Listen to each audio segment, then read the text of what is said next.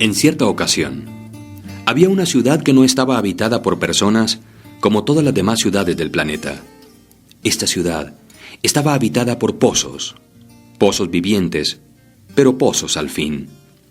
Los pozos se diferenciaban entre sí no solo por el lugar en el que estaban excavados, sino también por la abertura que los conectaba con el exterior. Había pozos pudientes y ostentosos, con paredes de mármol y de metales preciosos. Pozos humildes de ladrillo y madera, y algunos otros más pobres, con simples agujeros pelados que se abrían en la tierra. La comunicación entre los habitantes de la ciudad era de pared a pared, y las noticias cundían rápidamente, de punta a punta del poblado. Un día, llegó a la ciudad una moda, que seguramente había nacido en algún pueblito humano. La nueva idea señalaba que todo ser viviente que se precie debería cuidar mucho más lo interior que lo exterior. Lo importante no es lo superficial, sino el contenido. Así fue como los pozos empezaron a llenarse de cosas. Algunos se llenaban de monedas de oro y piedras preciosas. Otros más prácticos se llenaron de electrodomésticos y aparatos mecánicos. Algunos más optaron por el arte y fueron llenándose de pinturas, pianos de cola y sofisticadas esculturas posmodernas. Finalmente, los intelectuales se llenaron de libros, de manifiestos ideológicos y de revistas especializadas. Pasó el tiempo. La mayoría de los pozos se llenaron a tal punto que ya no pudieron incorporar nada más. Los pozos no eran todos iguales. Así que si bien algunos se conformaron, hubo otros que pensaron que debían hacer algo para seguir metiéndose cosas en su interior. Alguno de ellos, el primero, en lugar de apretar el contenido, se le ocurrió aumentar su capacidad ensanchándose. No pasó mucho tiempo antes de que la idea fuera imitada. Todos los pozos gastaban gran parte de sus energías en ensancharse para poder hacer más espacio en su interior. Un pozo, pequeño y alejado del centro de la ciudad, empezó a ver a sus camaradas ensanchándose desmedidamente. Él pensó que si seguían hinchándose, pronto se confundirían los bordes y cada uno perdería su identidad. Quizás, a partir de esta idea se le ocurrió que otra manera de aumentar su capacidad era crecer, pero no a lo ancho, sino hacia lo profundo. Hacerse más hondo en lugar de más ancho. Pronto se dio cuenta que todo lo que tenía dentro de él le imposibilitaba la tarea de profundizar. Si quería ser más profundo, debía vaciarse de todo el contenido. Al principio tuvo miedo al vacío, pero luego, cuando vio que no había otra posibilidad, lo hizo. Vacío de posesiones, el pozo empezó a volverse profundo, mientras los demás se apoderaban de las cosas de las que él se había deshecho. Un día, sorpresivamente el pozo que crecía hacia adentro tuvo una sorpresa. Adentro, muy adentro y muy en el fondo, encontró agua. Nunca antes otro pozo había encontrado agua. El pozo superó la sorpresa y empezó a jugar con el agua del fondo, humedeciendo las paredes, salpicando los bordes y, por último, expulsando el agua hacia afuera. La ciudad nunca había sido regada más que por la lluvia, que de hecho era bastante escasa. Así que la tierra alrededor del pozo, revitalizada por el agua, empezó a despertar. Las semillas de sus entrañas brotaron en pasto, en tréboles, en flores y en tronquitos endebles que se volvieron árboles después. La vida explotó en colores alrededor del alejado pozo, al que empezaron a llamar el vergel.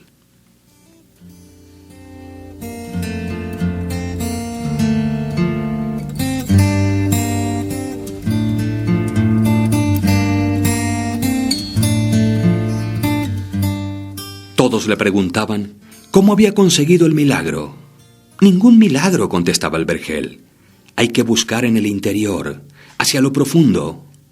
Muchos quisieron seguir el ejemplo del vergel, pero desecharon la idea cuando se dieron cuenta que para ir más profundo debían vaciarse. Siguieron ensanchándose cada vez más para llenarse de más y más cosas. En la otra punta de la ciudad, otro pozo decidió correr también el riesgo del vacío. Y también empezó a profundizar, y también llegó al agua, y también salpicó hacia afuera, creando un segundo oasis verde en el pueblo. «¿Qué harás cuando se termine el agua?», le preguntaban. «No sé lo que pasará», contestaba. «Pero por ahora, cuanto más agua saco, más agua hay». Pasaron unos cuantos meses antes del gran descubrimiento. Un día, casi por casualidad, los dos pozos se dieron cuenta que el agua que habían encontrado en el fondo de sí mismos era la misma. El mismo río subterráneo que pasaba por uno inundaba la profundidad del otro. Se dieron cuenta que se abría para ellos una nueva vida. No solo podían comunicarse de pared a pared, superficialmente, como todos los demás, sino que la búsqueda les había deparado un nuevo y secreto punto de contacto. La comunicación profunda que solo consiguen entre sí aquellos que tienen el coraje de vaciarse de contenidos y buscar en lo profundo de su ser lo que tienen para dar. Para hablar de las leyes de la cosecha, entonces te pido que abras tu mente, que dejes el pozo vacío y te llenes de todo lo que te sirva en los próximos minutos. Ten en cuenta que la fortaleza surge de la raíz y no de la apariencia del follaje, y la naturaleza nos da ese ejemplo a través de sus leyes. Muchas personas quieren cambiar, pero no están dispuestas a vaciar sus creencias viejas, sus hábitos, sus modos de pensar. Las leyes de la cosecha son principios universales. No me los inventé yo.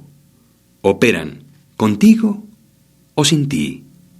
Se cumplen al pie de la letra porque su origen es divino, independiente de la idea de Dios que tengas. Las leyes de la cosecha operan para tu vida personal, tus relaciones familiares, tu actividad profesional, tu trabajo y tus negocios. El resultado financiero tiene estrecha relación con las leyes de la cosecha, así como las relaciones interpersonales, el manejo de la salud y la vida espiritual. Entonces, manos a la obra y conversemos sobre esas leyes.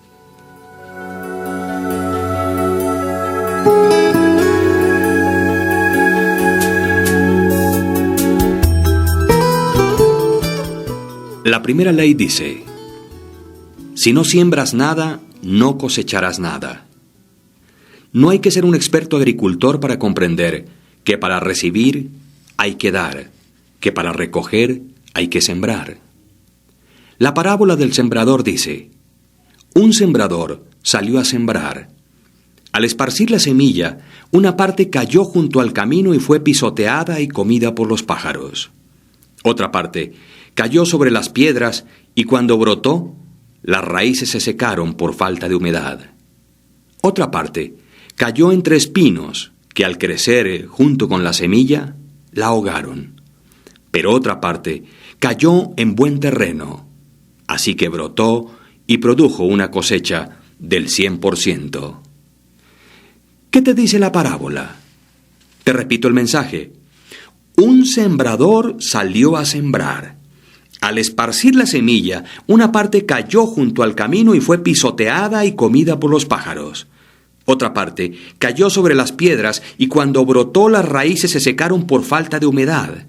Otra parte cayó entre espinos que al crecer junto con la semilla, la ahogaron. Pero otra parte cayó en un buen terreno, así que brotó y produjo una cosecha del 100%. A través de mis palabras, lo único que pretendo es generar inquietud y reflexión sobre el tema. Yo no busco dar respuestas del significado del mensaje, porque cada quien es libre de interpretarlo como a bien tenga. Pero mi interpretación de esta primera ley tiene relación con la siguiente historia.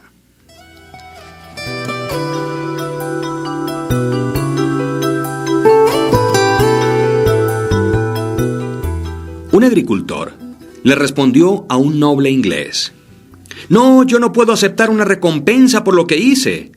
En ese momento, el propio hijo del agricultor salió a la puerta de la casa de la familia. «¿Ese es su hijo?», preguntó el noble inglés. «Sí», respondió el agricultor lleno de orgullo. «Le voy a proponer un trato. Déjeme llevarme a su hijo y ofrecerle una buena educación. Si él es parecido a su padre, crecerá hasta convertirse en un hombre del cual usted estará muy orgulloso». El agricultor aceptó.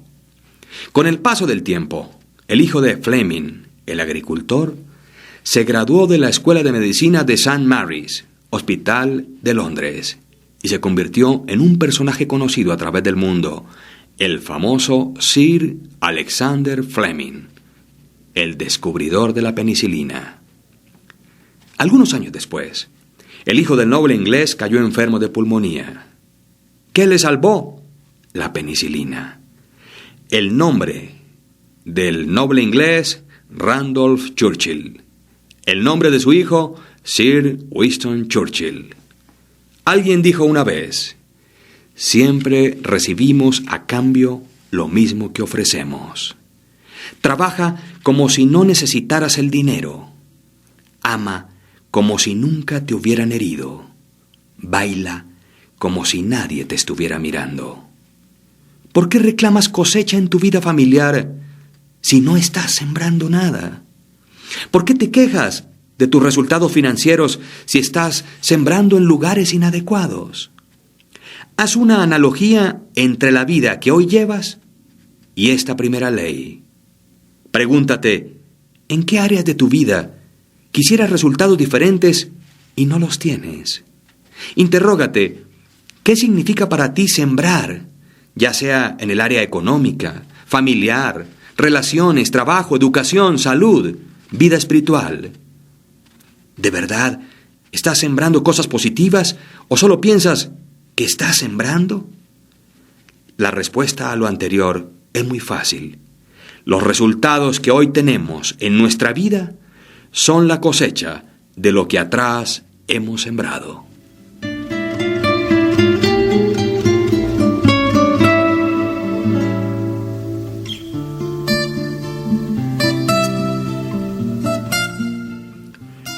La segunda ley advierte: tu cosecha está en proporción directa con tu siembra. La lectura bíblica 2 Corintios 9:6 dice: cualquiera que siembra escasamente, también recogerá escasamente, y cualquiera que siembra generosamente, también generosamente segará. Los resultados en la vida dependen de la intensidad con que hagas las cosas. Hay personas que ponen semillitas a lo que hacen y recogen cosechitas. La ley indica que todo es proporcional al esfuerzo hecho. Incluso en física aplica este mensaje. Por lo tanto, pregúntate, ¿qué cosas estás haciendo en las que pones poco esfuerzo? Hay un paralelo entre siembra y cosecha. ¿Qué radiografía puedes descubrir con base en esta ley y lo que está ocurriendo en un resultado que no te gusta? Pide ayuda de alguien allegado a ti, con quien tengas confianza, y dile que sea sincero y te diga en qué áreas considera que das poco y esperas mucho. Date el permiso de que te confronten y así descubrirás en los otros el espejo real del ser humano que eres. Dice el libro de la semilla que un maestro samurái paseaba por un bosque con su fiel discípulo, cuando vio a lo lejos un sitio de apariencia pobre y decidió hacer una breve visita al lugar.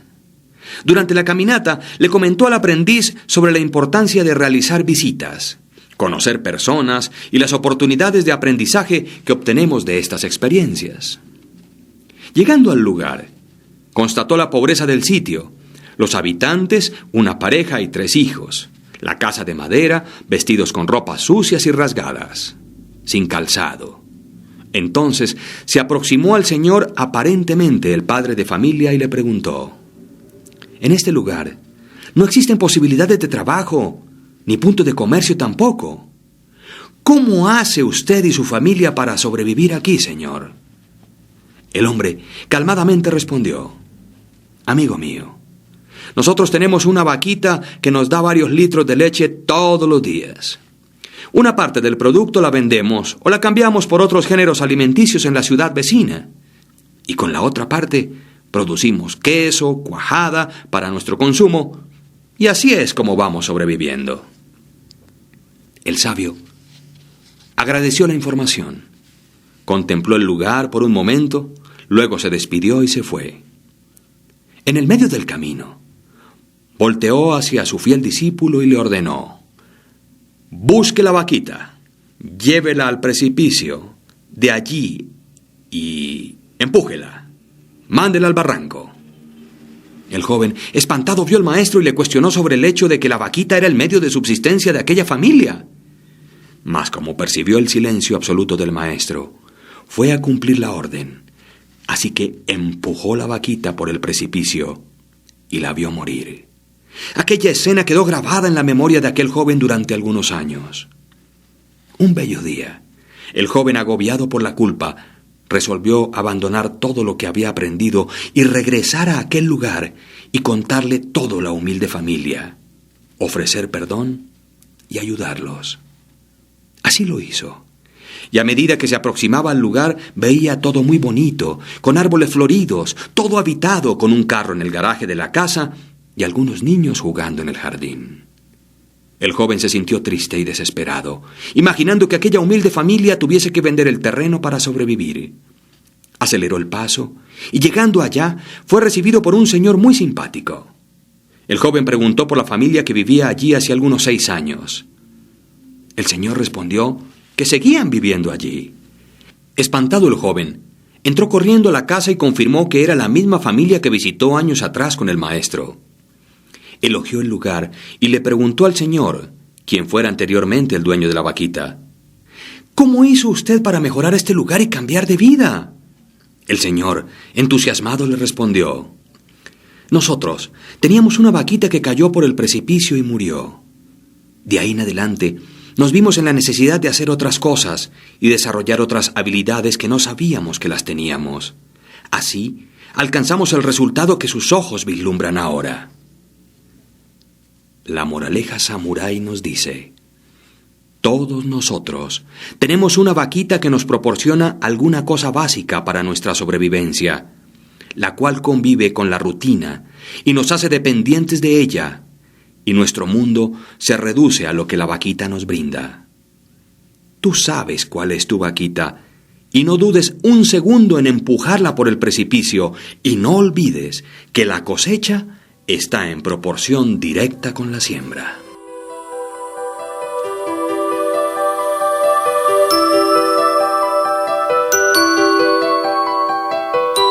La tercera ley dice: siembra semillas con conocimiento y producirás una buena cosecha. Muchas personas emprenden acciones de trabajo, negocios y relaciones sin conocimiento alguno y fracasan. Se dejan guiar por su escasa preparación y pretenden que todo salga bien. Esto no quiere decir que sepamos de todo, pero es importante dejarse asesorar de quien tiene el conocimiento. Cuando declaramos ignorancia, aprendemos. Por ello los niños preguntan, porque quieren aprender. Uno de los hábitos que nos impide avanzar en la vida es creernos sabelotodos y ponernos obstáculos para aprender. Si un granjero siembra la misma cantidad de semillas que su vecino, pero su vecino lo hace con técnica, experiencia y aplicando las recomendaciones necesarias, ¿quién crees que tendrá mejor cosecha? ¿En qué áreas no te dejas asesorar y pretendes que todo lo sabes? ¿Qué precio has pagado por emprender algo sin conocimiento?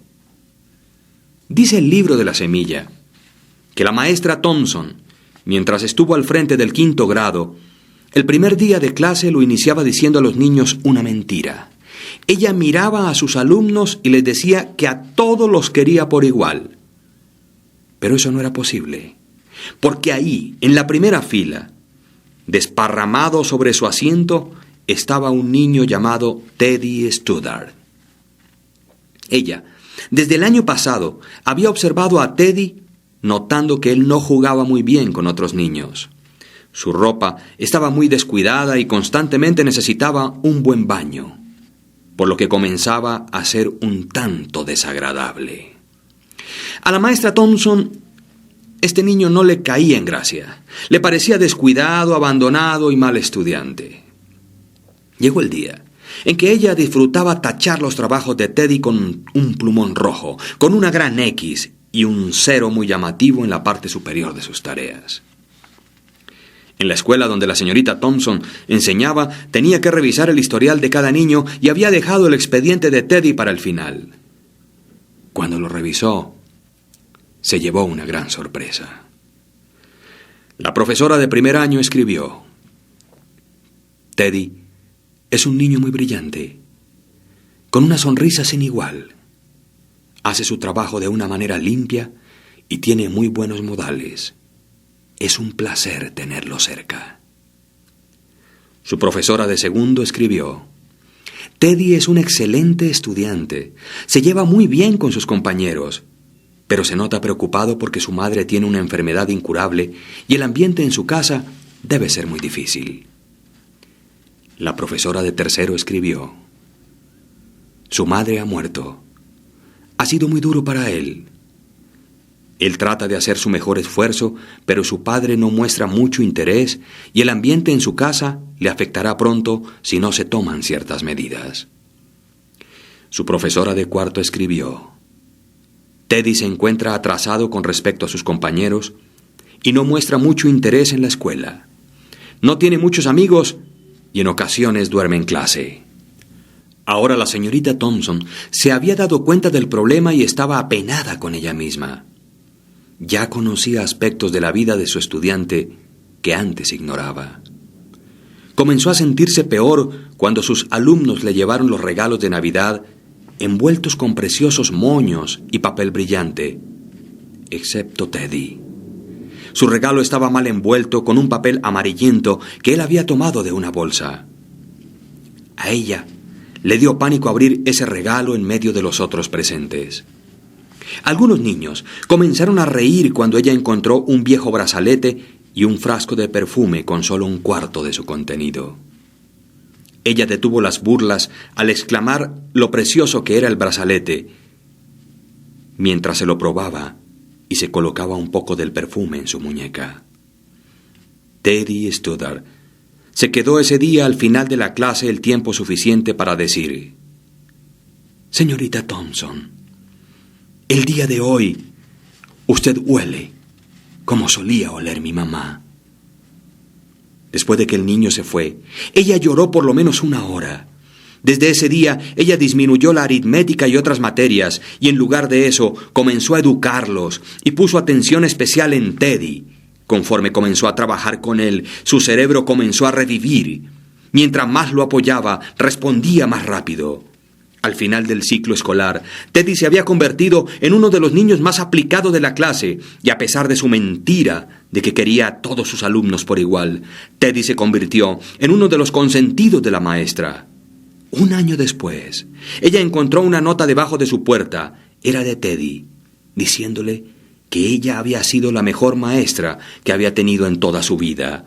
6 años después, por las mismas fechas, recibió otra nota de Teddy. Ahora escribía diciéndole que había terminado la preparatoria, siendo el tercero de su clase, y ella seguía siendo la mejor maestra que había tenido en toda su vida. 4 años después, recibió otra carta que decía que a pesar de que en ocasiones las cosas fueran muy duras, se mantuvo en la escuela y pronto se graduaría con los más altos honores. Él le reiteró a la señorita Thompson que seguía siendo la mejor maestra que había tenido en toda su vida y su favorita. 4 años después recibió otra carta. En esta ocasión le explicaba que después de que concluyó su carrera, decidió viajar un poco. La carta le explicaba que ella seguía siendo la mejor maestra que había tenido y su favorita, pero ahora su nombre le había alargado un poco. La carta estaba firmada por Theodore F. Stoddard, médico. La historia no termina aquí. Existe una carta más que leer. Teddy ahora decía que había conocido a una chica con la cual iba a casarse. Explicaba que su padre había muerto hace un par de años y le preguntaba a ella si le gustaría ocupar en su boda el lugar que usualmente es reservado para la madre del novio. Por supuesto, la señorita Thompson aceptó, y adivinen, ella llegó usando el viejo brazalete y se aseguró de usar el perfume que Teddy recordaba que usó su madre la última Navidad que pasaron juntos. Se dieron un gran abrazo y el doctor Stoddard le susurró al oído: «Gracias, señorita Thompson, por creer en mí. Muchas gracias por hacerme sentir importante y mostrarme que yo puedo hacer la diferencia». La señorita Thompson, con lágrimas en los ojos, tomó aire y dijo: «Teddy, te equivocas. Tú fuiste el que me enseñó a mí que yo puedo hacer la diferencia. No sabía cómo educar hasta que te conocí. Mi amigo, entonces no olvides, siembra semillas con conocimiento y producirás una buena cosecha. ¿En qué áreas necesitas más conocimiento? Pregúntate si algunas de tus dificultades son por hacer cosas que no sabes y no pedir ayuda. ¿Cuál es el precio que pagas por no leer más, por no capacitarte, por no dejarte asesorar?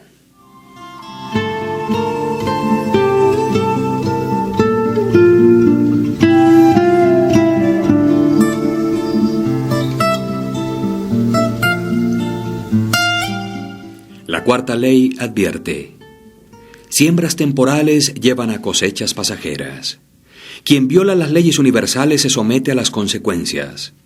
Hay quienes hacen las cosas por ratos, y la ley dice que los resultados en todo lo que emprendemos son dados por la constancia y perseverancia. Muchas personas inician ideas y esperan que den resultados a pesar que nunca están al frente de lo que emprenden. Otros siembran solo en la mitad del tiempo y desean resultados a tiempo completo. Otros siembran en la mitad del campo y quieren ver el campo total con fruto. Cualquier actividad en la vida requiere constancia, enfoque, pasión, entrega y sacrificio. Por cierto, en alguna ocasión, cerca de un arroyo de aguas frescas, había un pequeño bosque. Los árboles eran muy variados. Todos gastaban las energías en ser más altos y grandes, con muchas flores y perfumes, pero quedaban débiles y tenían poca fuerza para echar raíz. En cambio, un laurel dijo: «Yo mejor voy a invertir permanentemente en mi savia, en tener una buena raíz. Así creceré y podré dar mis hojas a todos los que me necesiten». Los otros árboles estaban muy orgullosos de ser bellos. En ningún lado habían tantos colores y perfumes, y no dejaban de admirarse y de hablar de los encantos de unos y de otros, y así todo el tiempo, mirándose y riéndose de los demás. El laurel sufría a cada instante esas burlas. Se reían de él, señoreando sus flores y perfumes, meneando el abundante follaje. «¡Laurel!», le decían, «¿para qué quieres tanta raíz? Míranos a nosotros.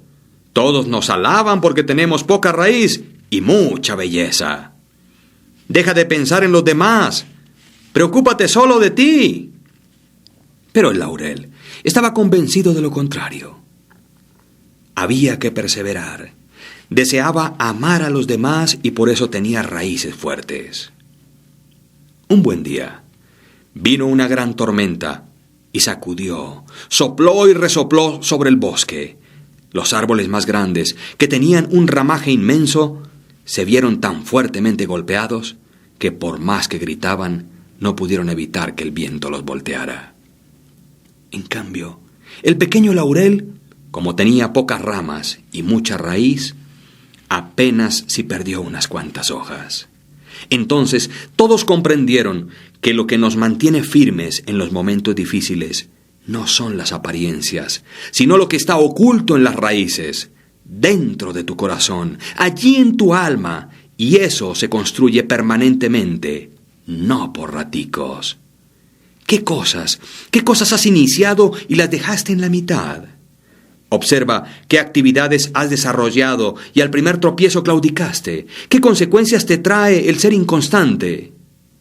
Piensa, ¿en qué ocasiones estás buscando el atajo o el camino fácil?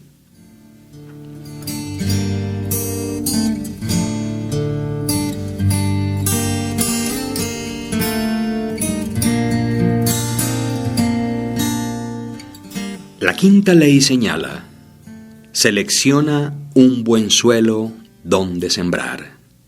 Todo lugar no es apto para la siembra, ni todas las personas tienen las mismas competencias para todo. No esperes que todos sirvan para lo mismo. Hay que descubrir el sitio indicado para sembrar y las personas adecuadas para trabajar. Ningún granjero escogería sembrar su semilla en un surco sucio o en una carretera de cemento, cuando él ha tenido una porción de tierra con suelo fértil en la cual sembrar. Indiscutiblemente, él sembrará en el lugar que le dará una mayor recolección. Por lo tanto, entrega tus semillas en suelo fértil, invierte tus energías en sanas actividades. Hay quienes se quejan de la salud que tienen, las finanzas que los golpean y la soledad en que viven, y nunca se preguntan dónde siembran las bendiciones que Dios les dio. De hecho, Henry Ford decía: la mayoría de las personas gastan más tiempo y energías en hablar de los problemas que en afrontarlos. ¿Qué pasaría si reflexionáramos sobre esta ley? ¿Quiénes son mis socios en esta profesión llamada vida? ¿En qué lugares estoy poniendo mis esfuerzos para ser feliz? ¿De quiénes me rodeo diariamente? ¿En mi área laboral, por ejemplo, realmente vale la pena seguir allí? ¿Ese suelo me proporcionará la cosecha que deseo?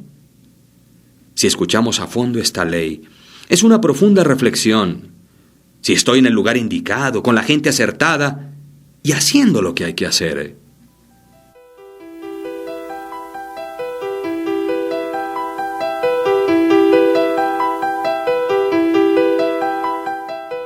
La sexta ley dice: buenas semillas producen una buena cosecha.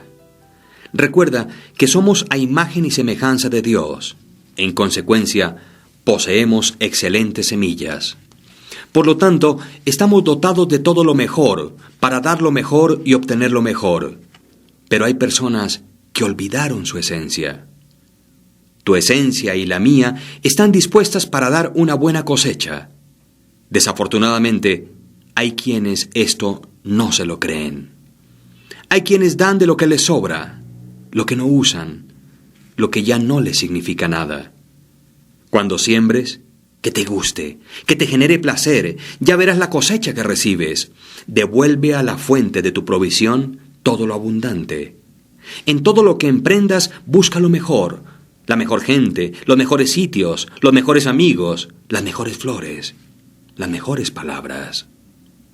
¿Realmente me considero una persona excelente? ¿Me doy a valer como una semilla que proporciona buena cosecha?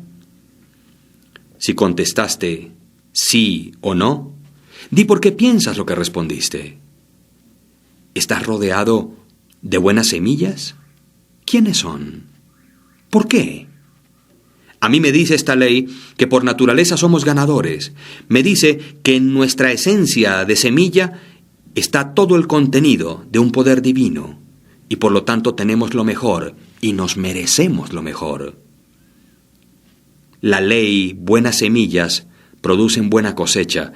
Me advierte que me debo cuidar, querer, respetar, amar y disfrutar de todo. De hecho, alguien afirmaba: si esperas jubilarte para disfrutar la vida, esperaste demasiado tiempo.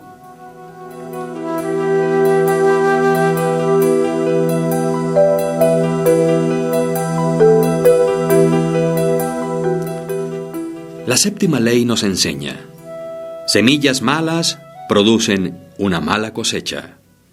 Si estás sembrando con injusticia en tu familia, relaciones, negocios, finanzas, esta te volverá multiplicada en forma de necesidad de afecto, amigos, dinero e incluso mala salud, y en lugar de una buena cosecha, sentirás escasez. Evalúa cuidadosamente si hay algún área de injusticia en la que pudieras estar sembrando malas semillas y por lo tanto recogiendo una cosecha amarga. Una persona que permite injusticia en cualquiera de sus tierras es similar a un granjero que siembra espinos en medio de sus cultivos. Aquí es donde caben los cuestionamientos en torno de esta ley. ¿A quiénes estoy haciendo daño?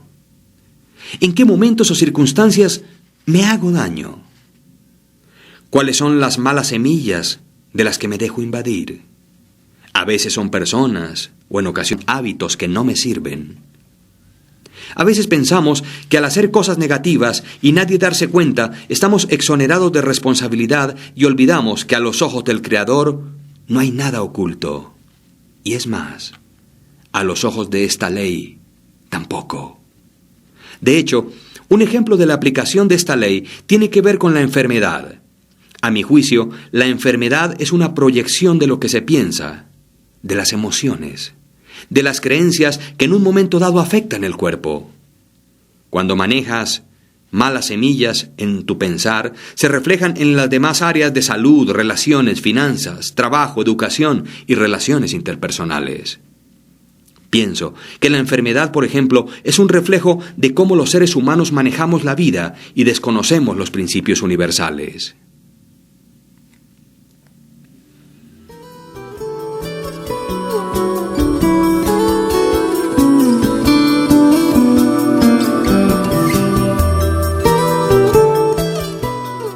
Por su parte, la octava ley nos recuerda: respeta el tiempo de siembra y cosecha. ¿Cuándo fue la última vez que viste a un granjero sembrar en un día domingo e intentar cosechar el lunes por la noche? Desafortunadamente, muchas personas siembran el domingo en la noche y buscan recoger el lunes a la mañana. Recuerda que todo tiene su tiempo y que el tiempo de Dios es diferente al tiempo de los humanos. Y nunca olvides que en el mundo espiritual no existe el tiempo. Da tiempo para cada cosa y deja que fluyan solas, así como fluye el día. Cuando violamos esta ley y forzamos situaciones, la cosecha se quiebra o surge débil. El bebé nace en el momento indicado. La flor brota a su momento. El sol se esconde a su hora y el amanecer, junto con el arrullo de los pajaritos, tiene su instante. ¿En qué situaciones no respeto el tiempo para cada cosa? ¿Estoy dispuesto a esperar la cosecha en su momento o me gusta forzar situaciones? El actuar así, ¿qué consecuencias me trae? Con base en lo anterior, no trates de meter prisa a Dios y dale tiempo para obrar milagros. Para mí, esto no indica inactividad, implica por el contrario acción, y recuerda que el universo premia la acción. Algunos desean cosechas sin hacer nada, y en efecto, hay que hacer, pero hay que saber hacer. ¿Y en qué momento hacer? Los resultados dependen del hacer, y si quiero cambiar los resultados, de hecho hay que cambiar lo que hago dentro del momento indicado. Por ello, un proverbio alemán dice: mira las estrellas, pero no te olvides de encender la luz en el hogar.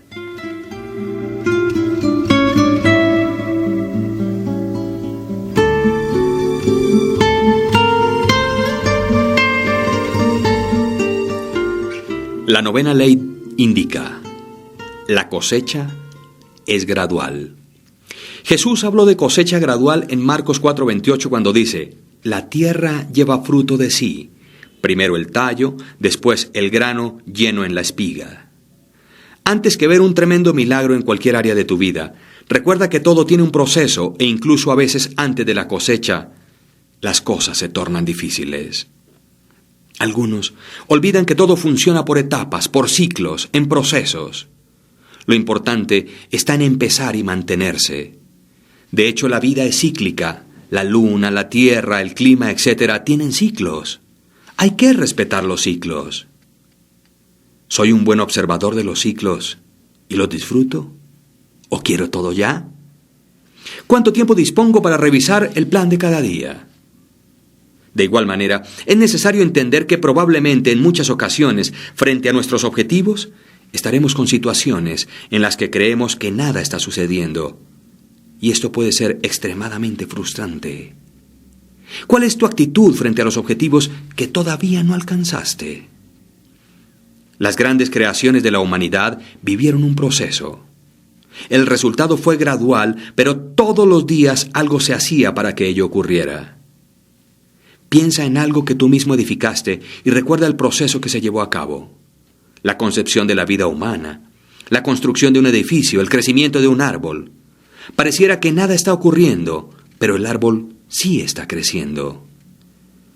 Para armar una gran organización de personas, en cualquier actividad también se requiere un proceso gradual.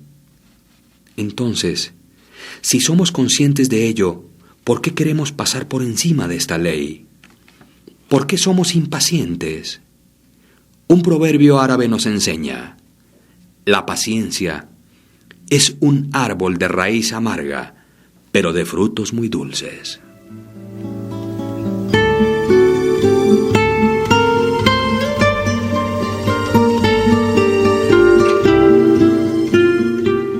La 10ª ley dice: cada semilla se reproduce a sí misma.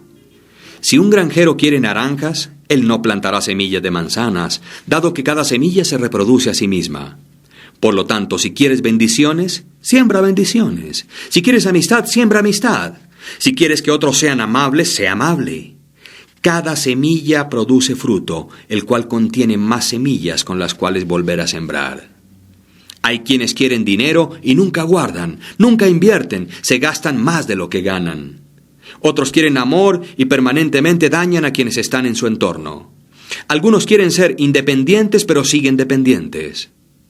Algunos quieren la gratitud de sus hijos pero nunca tuvieron tiempo para ellos y los tratan con agresión. ¿Estás seguro de haber sembrado aquello que esperabas cosechar? El triunfo no es más que un proceso que lleva tiempo y dedicación, un proceso que nos exige aprender nuevos hábitos y descartar otros.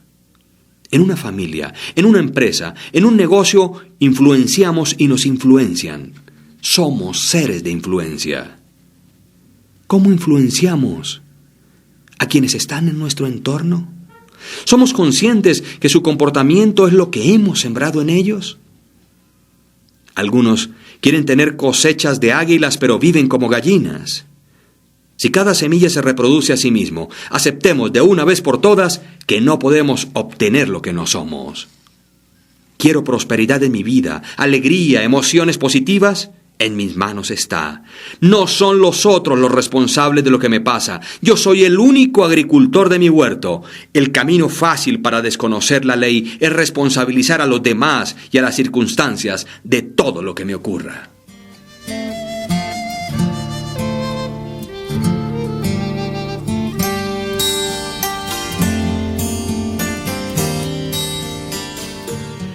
La 11ª ley dice: no comas toda la cosecha. Las Sagradas Escrituras rezan: el que da semilla al que siembra y pan al que come, proveerá y multiplicará vuestra sementera y aumentará los frutos de vuestra justicia. Por lo tanto, Dios pone dinero en nuestras manos por 2 razones. Primero, para comer, es decir, para las necesidades diarias. Segundo, semillas para sembrar, lo que significa dar para invertir en su reino. Si eligiésemos comer todas las semillas, no dejaríamos nada para sembrar y así tener futuras cosechas. Cuando cosechas financieramente, asegúrate de diezmar con aquellos que no tienen nada, o tienen poco, o con aquellos que necesitan conocer lo que tú ya conoces. El común de la gente gasta todo lo que recibe y no destina nada para invertir. Otros compran lujos y creen que allí invirtieron. ¿En qué casos gasté todo lo que gané? ¿Qué enseñanza me dejó esto? ¿Cómo me siento cuando me falta salud después de haber sido saludable? ¿Qué pienso cuando me falta algo o alguien y no lo conservé o no lo traté como se debía?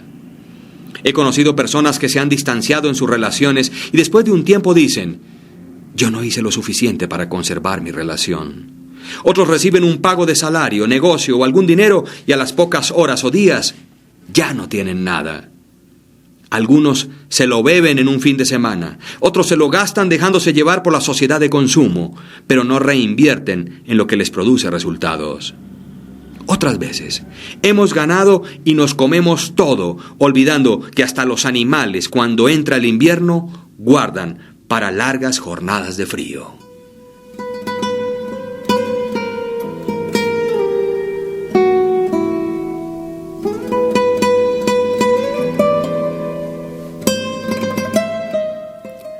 La 12ª ley dice: no esperes hasta tener hambre para sembrar, Muchos esperan un desastre para comenzar a sembrar semillas, con la esperanza de salir del tremendo lío en que están.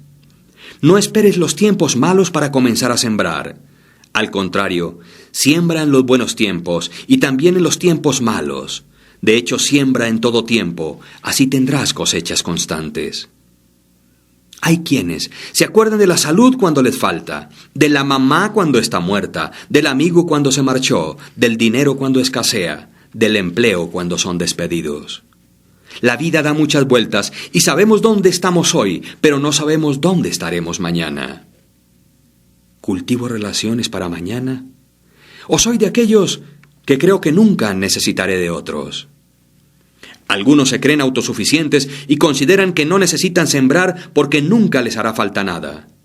O creen que los cargos que ocupan serán eternos y tratan y atienden mal a las personas. ¿Has vivido situaciones en las que has tenido que tragarte las palabras porque la vida te puso en un momento que no esperabas? ¿Crees que vale la pena ser un permanente sembrador? Oye, hay que aprovechar la buena salud para conservarla, los buenos momentos para repetirlos, el dinero que ingresa para multiplicarlo, la familia para disfrutarla, los hijos para amarlos, las relaciones para conservarlas. Hoy me doy cuenta que no nos enseñan a construir futuro y, como decía Federico Nietzsche, solamente aquel que construye el futuro tiene derecho a juzgar el pasado. Con frecuencia ocurre que personas que dejan de fumar lo hacen después que tienen cáncer, dejan el licor cuando ya apareció la cirrosis, abandonan el azúcar cuando ya tienen diabetes, dejan la grasa cuando sufrieron el primero o segundo infarto. Por favor, no olvides la ley, no esperes hasta tener hambre para sembrar. Empieza hoy, empieza ya, la vida es ahora.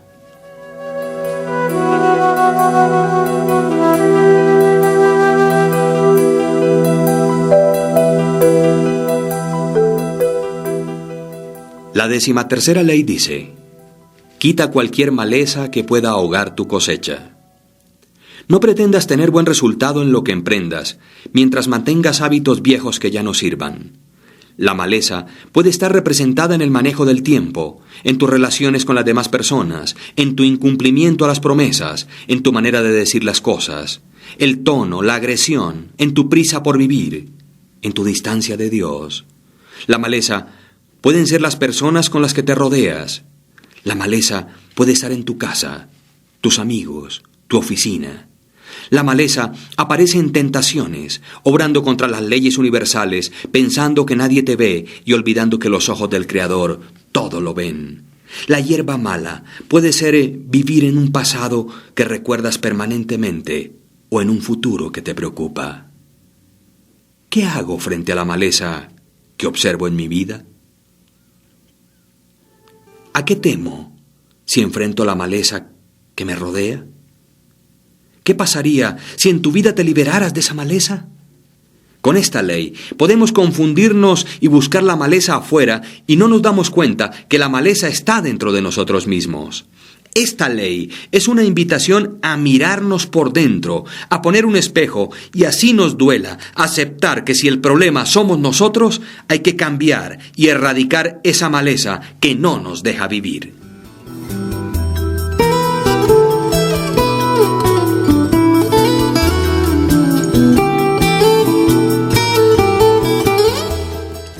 La 14ª ley dice: conoce el desarrollo en ciclos. Después de la tormenta viene la calma. Siempre es así. El problema es que a veces nos rendimos y regresamos a casa demasiado pronto. Hay que tomar en cuenta que la marea siempre baja. Después de la noche viene el día. Luego de un crudo invierno aparece el verano. A cada uno de nosotros nos llegan las lecciones que debemos aprender. Así como está el color negro, también aparece el blanco. Todo es temporal. No hay mal que dure 100 años ni cuerpo que lo resista, dice el adagio. Siempre habrá tiempos fáciles y difíciles, con la misma inexorabilidad con que una estación sigue a la otra. Lo que hace daño no es lo que me pasa, sino cómo observo lo que me pasa. Al cambiar cómo observo, cambio lo que siento. ¿He podido comprobar en mi vida esta ley? Después de experiencias dolorosas, ¿he aprendido algo? Alguien decía: Gracias a mi pasado, porque por mi pasado estoy donde estoy ahora. En la siembra espera problemas. Llamémoslo mejor lecciones. Y recuerda que si el avanzar se pone duro, los guerreros nos ponemos a avanzar, mientras otros se ponen a llorar. De hecho, el gran Jorge Luis Borges nos decía: he cometido el peor pecado que uno puede cometer. No he sido feliz. Y es que cuando se comprende esta ley, se puede buscar perpetuar la felicidad, porque se entiende que los ciclos no dependen de mí, sino que son universales. Los ciclos se dan en todo, en negocios, en relaciones, en el clima, en el tiempo, en lo que hoy estamos hablando, en la siembra.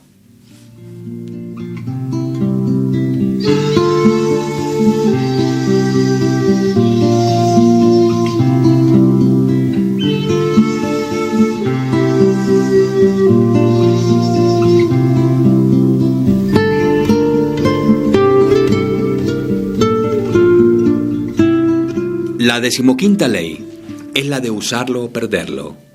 Lo ilustra claramente la naturaleza cuando un río deja de moverse y el agua se pudre. Lo mismo ocurre con nosotros cuando dejamos de movernos física y mentalmente. Lo más recomendable para nuestra vida es mantenernos en movimiento, en servicio. La creación nos exige que nos involucremos en todas las esferas de la vida. Nos brinda el incentivo de la práctica y al practicar nos superamos.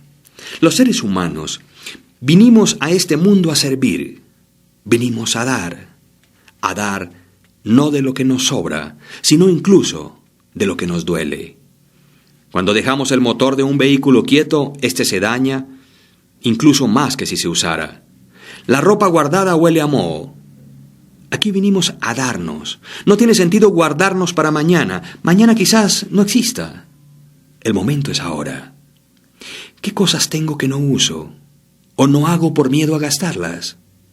¿Conozco a alguien que guarda cosas por miedo a perderlas o gastarlas o compartirlas? ¿Qué pienso del que guarda y no comparte?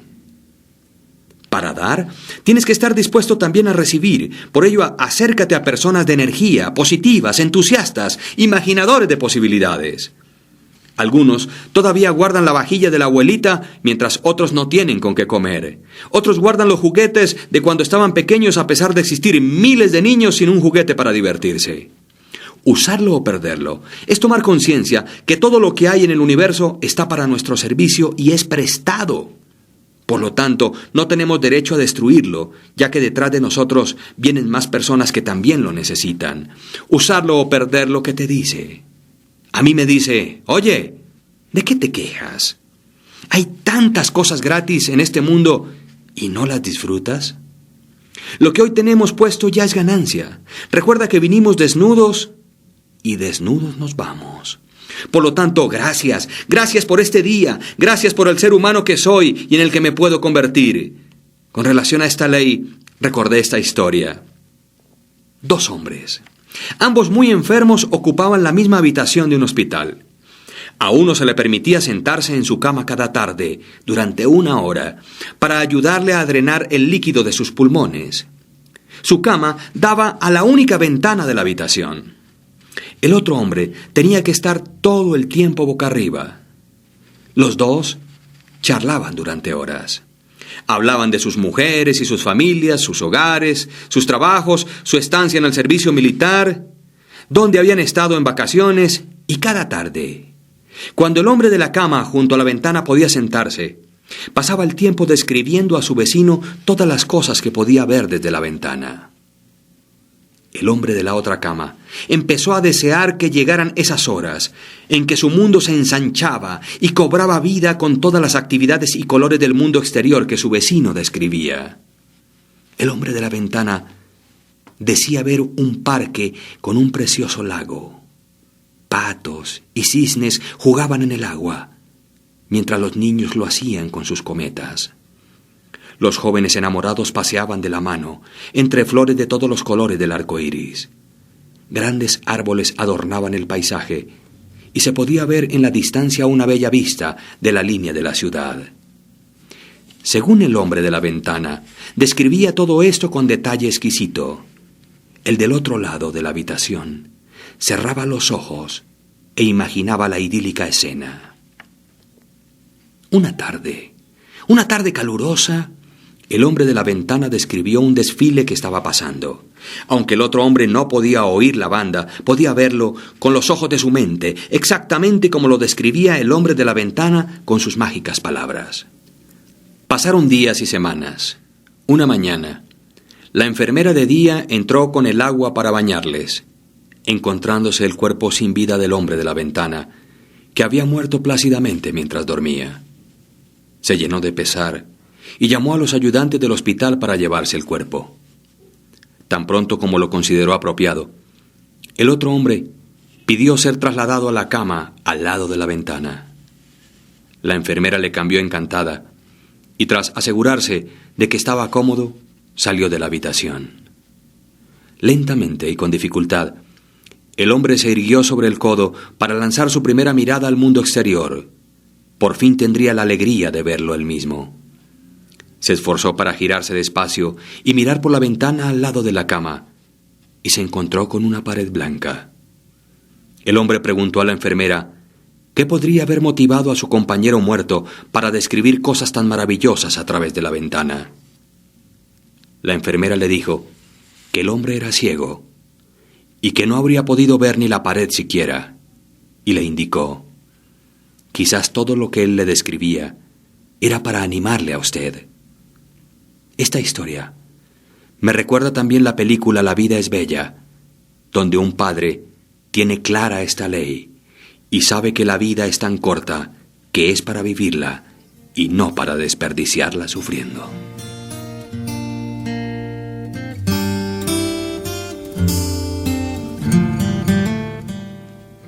La ley del cambio es la 16ª ley.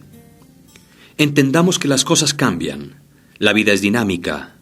Eso es lo que la hace tan bella e impredecible. Los cambios nos mueven a la acción. La constante en el mundo es el cambio. Hoy como nunca antes en la humanidad operan cambios. La semilla se transforma desde el mismo momento que inicia su proceso. El agricultor sabe que la siembra y la cosecha atraviesan por permanentes cambios sin oponerse a ellos. La naturaleza disfruta los cambios y se hace partícipe de ello. Hay quienes quieren hacer empresas modernas con herramientas viejas o mantener buenas relaciones con técnicas que en otro momento funcionaron, pero hoy no aplican. El mundo de hoy es de quienes se atreven a vivir en un permanente cambio. ¿Soy flexible al cambio? ¿Qué me cuesta cambiar de mí? ¿Qué beneficios traerían a mi vida esos cambios? ¿Cómo podría disfrutarlos? Parte de los cambios de hoy es que necesitamos aprender a hacer equipo. No olvides, un granero no hace al granero, pero ayuda al compañero. Para mí, cambiar es ver la vida con otros ojos. Cambiar es darme la oportunidad de conocer gente nueva. Es hacer cosas diferentes, leer nuevos libros, visitar lugares que no conozco, aprender nuevos hábitos. Cambiar es lo más hermoso que pueda disfrutar un ser humano cuando descubre que había cosas que no conocía. Cambiar es imaginar que las cosas pueden ser diferentes. De hecho, cuenta una antigua leyenda que en la Edad Media, un hombre muy virtuoso fue injustamente acusado de haber asesinado a una mujer. En realidad, el verdadero autor era una persona muy influyente del reino, y por eso se procuró un chivo expiatorio para encubrir el crimen. El hombre fue llevado a juicio conociendo que tendría escasas o nulas posibilidades de escapar al terrible veredicto: la horca. El juez, que había sido comprado, cuidó no obstante de dar todo el aspecto de un juicio justo. Por ello, dijo al acusado: conociendo tu fama de hombre honesto y devoto del Señor, vamos a dejar en manos de Él tu destino. Vamos a escribir en 2 papeles separados las palabras culpable e inocente. Tú escogerás y serás la mano del Dios la que decida tu destino. Por supuesto, el mal funcionario había preparado 2 papeles con la misma palabra, culpable. Y la pobre víctima, aún sin conocer los detalles, se daba cuenta que el sistema propuesto era una trampa. No había salida alguna. ¿Culpable o culpable? El juez conminó al hombre a tomar uno de los papeles doblados. Este respiró profundamente. Quedó en silencio unos cuantos segundos con los ojos cerrados, y cuando la sala comenzaba ya a impacientarse, abrió los ojos y con una extraña sonrisa tomó uno de los papeles. «Escojo este», dijo, y llevándolo a su boca, lo tragó rápidamente. Sorprendidos e indignados los presentes le reprocharon airadamente. «¿Pero qué hizo? Y ahora, ¿cómo vamos a saber el veredicto?» «Es muy sencillo», respondió el hombre. «Es cuestión de leer el papel que queda y sabremos lo que decía el que me tragué». Con rezongos y bronca mal disimulada, debieron liberar al acusado y jamás volvieron a molestarlo. La moraleja dice que por más difícil o imposible que parezca una situación, nunca dejemos de buscar la salida diferente ni de luchar hasta el último momento.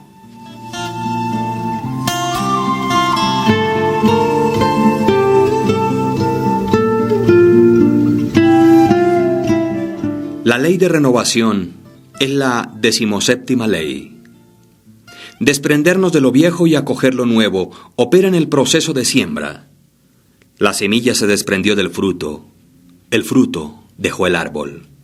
Al deshacernos de lo viejo e inútil, creamos un vacío y atraemos hacia nosotros cosas nuevas y emocionantes. Nuestro organismo es un gran ejemplo. Aparte de la piel que se renueva por completo, el cuerpo tiene no menos de 6 maneras de eliminar materia no deseada. En caso contrario, seríamos una zona de desastre.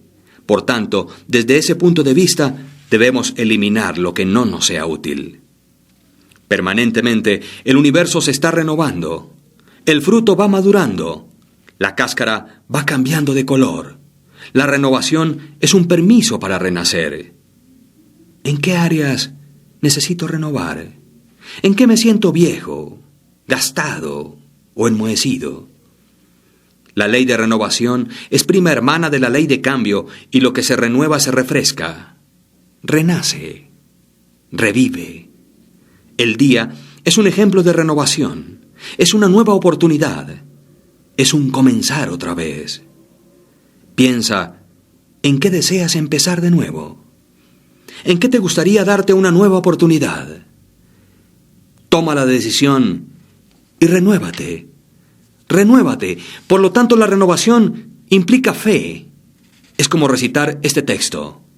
Creo en el sol, aun cuando no brille. Creo en el amor, aun cuando yo no lo sienta. Creo en Dios, aun cuando Él esté en silencio.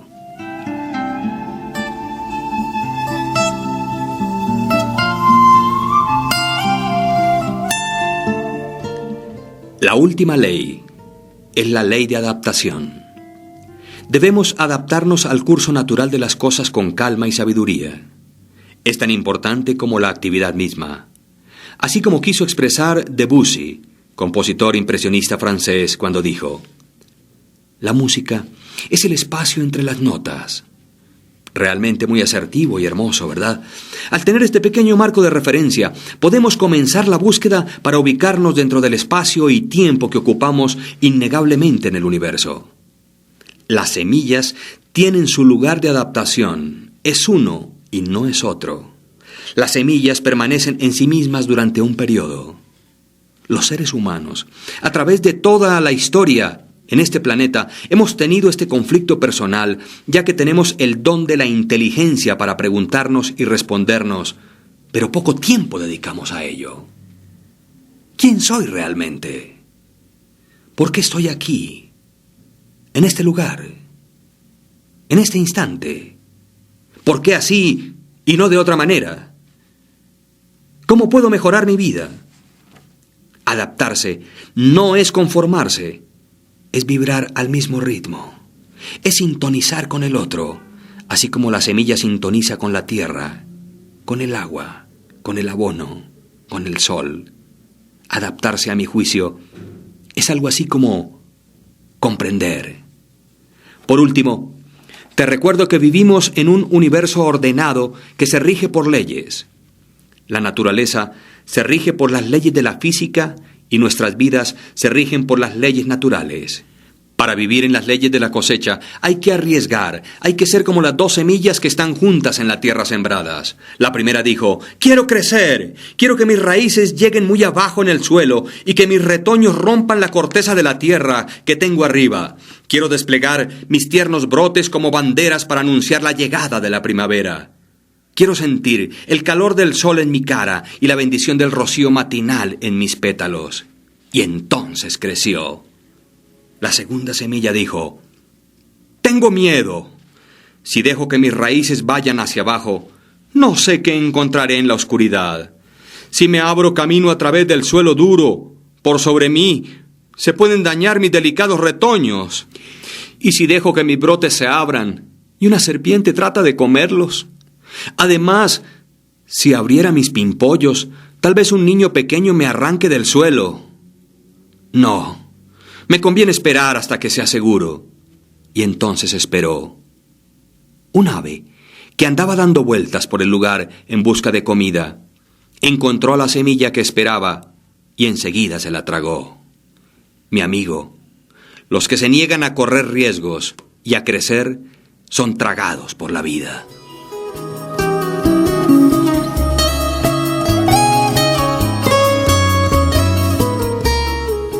El universo opera de manera natural y con el menor esfuerzo y podemos aplicar el equivalente en nuestras vidas.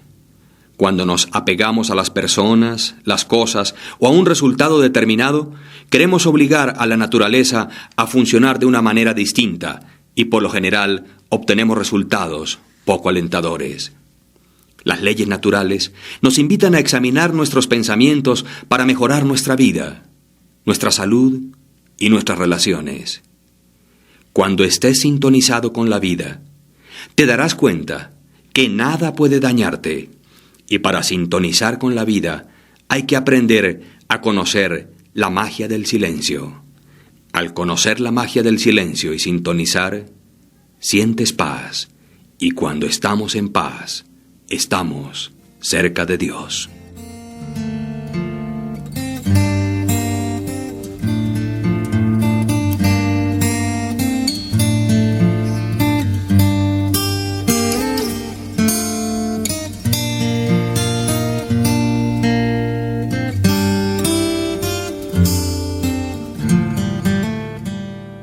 Si deseas leer un resumen sobre las leyes de la cosecha, pide un bolsilibro, La Semilla. Conoce otros audiotemas y nuestras conferencias o seminarios. Escucha nuestro material original y no pagues ningún dinero si a tus manos llega una copia. fernandezgutierrez@hotmail.com. Celular 310-211-9336, Bogotá, Colombia.